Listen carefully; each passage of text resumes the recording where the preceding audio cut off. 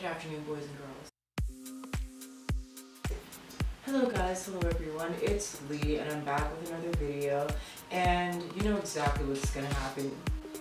Today, that thing is gonna be tips to improve on piano. So this is like a more in-depth version to my how to improve on any instrument.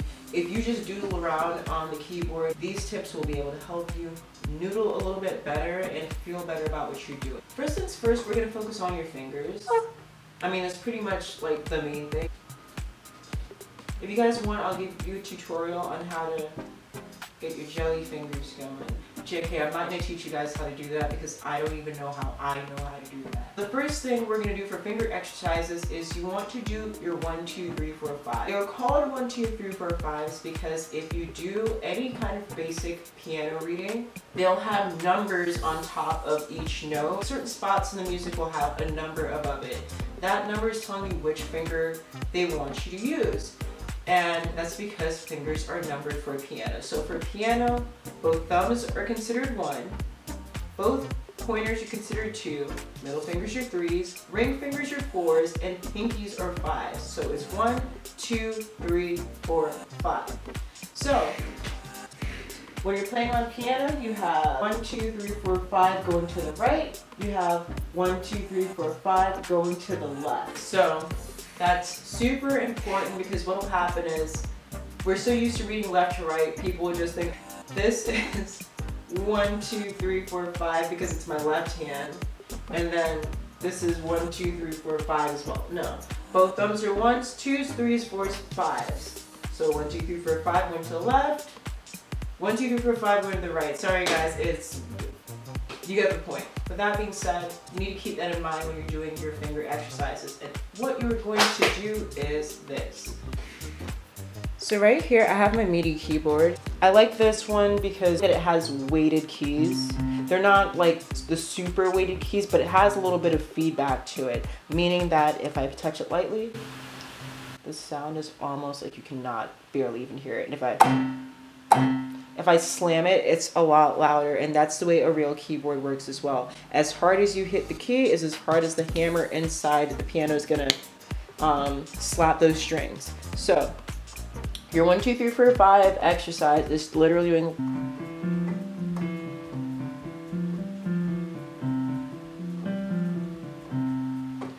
and that's what you're gonna do. You're gonna go up and down. You're gonna go 1, 2, 3, 4, 5, 4, 3, 2, 1, 2, 3, 4, 5, 4, 3, 2, 1. Also, while we're here, don't do weird finger jumps. And what I mean by weird finger jumps is, let's say you have to play.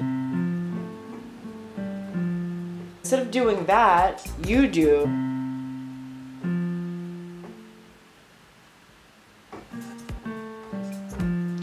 something like that because you're like, well, it's hard for me to do this. I don't know how I'm gonna get my finger to listen to what I'm trying to say. This may not even be the best way to do that, but that's just an example of things that my students and people usually do. You're afraid to take this leap of faith and do this, that your fingers can be set up to do this because that's what that piece wants you to do. You're doing.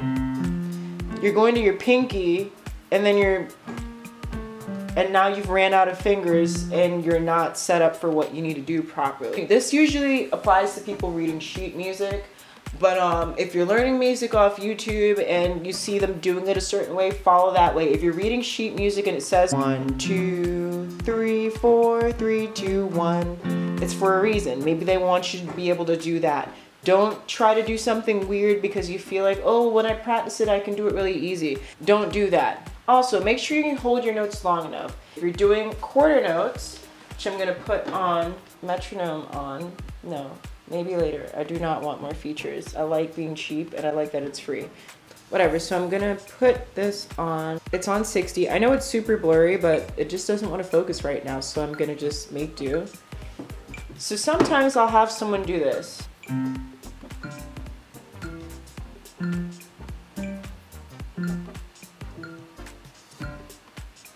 And it's like, why are you playing it that short? There will be a time for you to play staccato, which staccato is playing shortly, but that's a whole nother topic for a whole nother time. But these are quarter notes, so you want to really make your notes last until the next click you hear. When I say you want your note to last until the next click, you want to stretch that note and not change to the next note until you hear the next click. So like this.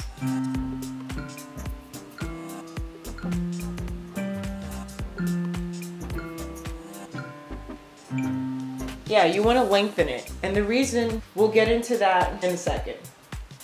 Alrighty, so now that we've done our up close and personal with the keyboard, now I can get into why those things that we talked about earlier are so important for you to do.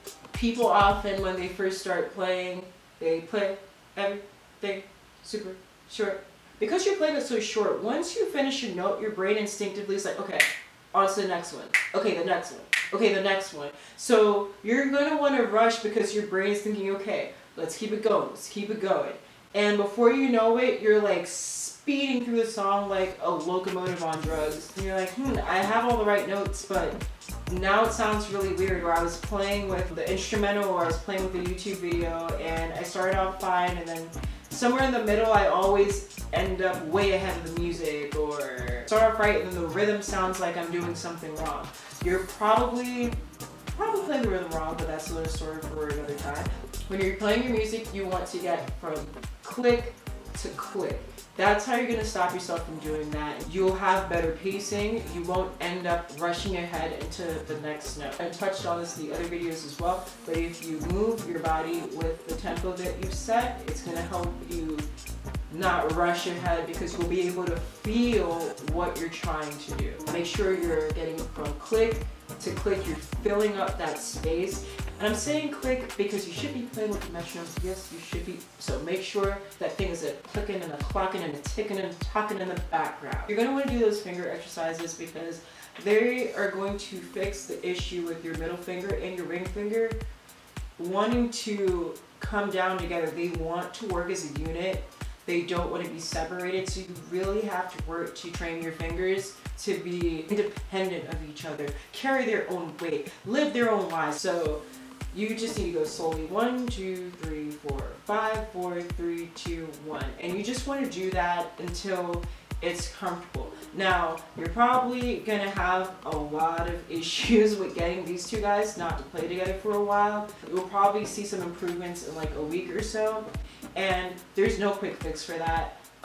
You're just gonna have to play it a little bit slower. Maybe you're gonna go 3, 3, 3, 3, 3, 3, 3, 4, 4, 4, 4, 4, 4, 4. Just really work on getting one finger working by itself so that that muscle's being developed as an individual. I promise there's no quick tips. Everyone that I've ever taught that was like, I'm just gonna do this anyway. She's not gonna notice. It's gonna be fine. Sure, it'll be fine. I'll sound amazing. Nobody will notice. Yeah, it's just gonna suck. You're just gonna have to take your time. You're just gonna have to take your time and allow your hands to get adjusted. Now when you talk about your shoulders, baby, your shoulders. So you want to keep your shoulders nice and loose and relaxed. When you're getting to a section that you don't really like, or it sounds really bad, and you're getting stressed about it, the more stressed you get, the higher your shoulders go, and you start doing weird things with your elbow and your arm. And every time you move or adjust your arms, your elbows or your shoulders, you're changing the alignment of your hands, and now it's making it harder for your hands to get to the keys they need to, the way that they need to properly. So don't do that. Plus, you're probably going to end up feeling pains in your neck and your shoulder and your back because you're creating a lot of unnecessary tension there that is completely abnormal for you. So nice and relaxed. If you feel yourself getting tense, just shake it out and just breathe out that tension and just refocus yourself. For many of you, you're also probably not even going to realize you're doing it until maybe after months, or if you already have existing problems, weeks. You're gonna be like, I don't know, I'm like, every time I finish playing piano or after I practice, I feel really, really sore and I feel a lot of tightness in certain areas. It's probably because you're being tense. So the best way to do this is you need to record yourself. You need to set up a camera and see what you're doing, because even if you feel like you play perfectly fine, more than likely when you record yourself, you're gonna see yourself doing some stuff that, you don't like how it looks, or you're gonna realize you're actually doing something that hinders how you play. So record yourself, that way you're not either adding to existing back, neck, and shoulder issues or creating new ones for no reason.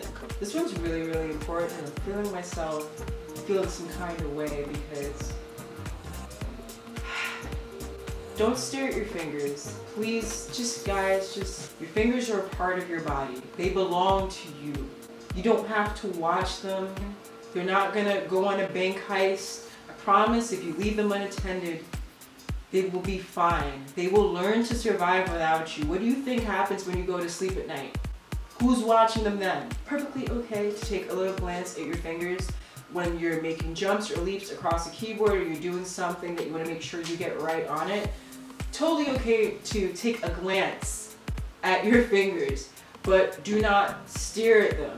How are you reading the music if you're staring at your fingers? Your fingers can tell you nothing about the music. And I take this as personally even more serious because after taking composition and arranging and music theory classes on scoring and writing music, I have so much more respect, and I used to be so disrespectful. I used to read my music, but I didn't pay attention to little minute details sometimes. But I always read my music though. You guys are tripping.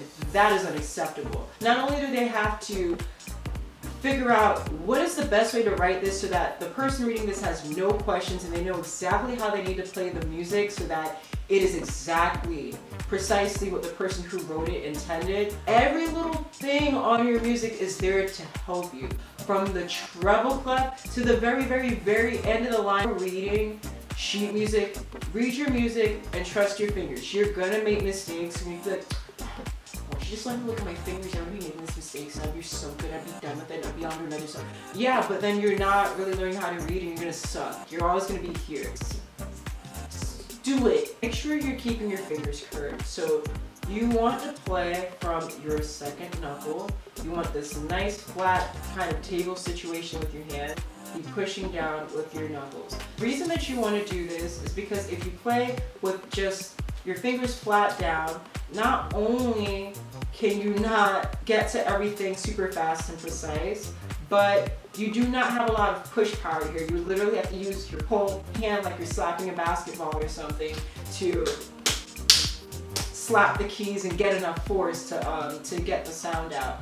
You want to have your fingers curved because being able to push down, you're allowing the muscles in your finger to actually be able to exert downward because you're looking for a downward motion. When you're doing this, you don't have that much downward force. It also helps you to do your runs a lot quicker as well.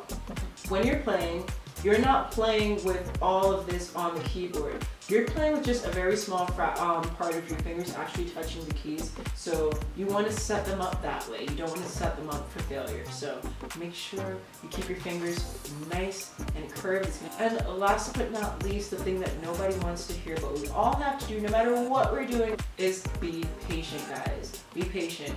Music is just like sports. I'm pretty sure I've mentioned this in the other videos as well, but the same way you have to take the time to condition your arms, your legs, whatever else you use in a sport, you have to take time to give your brain the chance to adjust for, okay, they want us to start doing something a little bit different. I need time to process that and to relay that to the muscles and get them on board. Just like sports, you're not going to get it today, tomorrow, in a week, but after a month for certain things, you'll really start to see the improvement. You're going to need to do these exercises and implement these things in your practices at least a couple times a week, and you want to go for at least 20 minutes. You don't have to have these crazy practices. That's also another thing for another time, but you want to give yourself consistent repetition so that your muscle, you're getting conditioned to be doing this thing over and over. And just take baby steps, guys. Enjoy the process. If you get too stressed and you feel like, oh, this sucks, this isn't fun, doodle around, sing, put on some cool music, dance, and get back to work, guys. Pretty much it. I don't have any cool thing to tell you guys. I'm really bad at ending these videos, so I'm just gonna end it right here and do what I always love to do.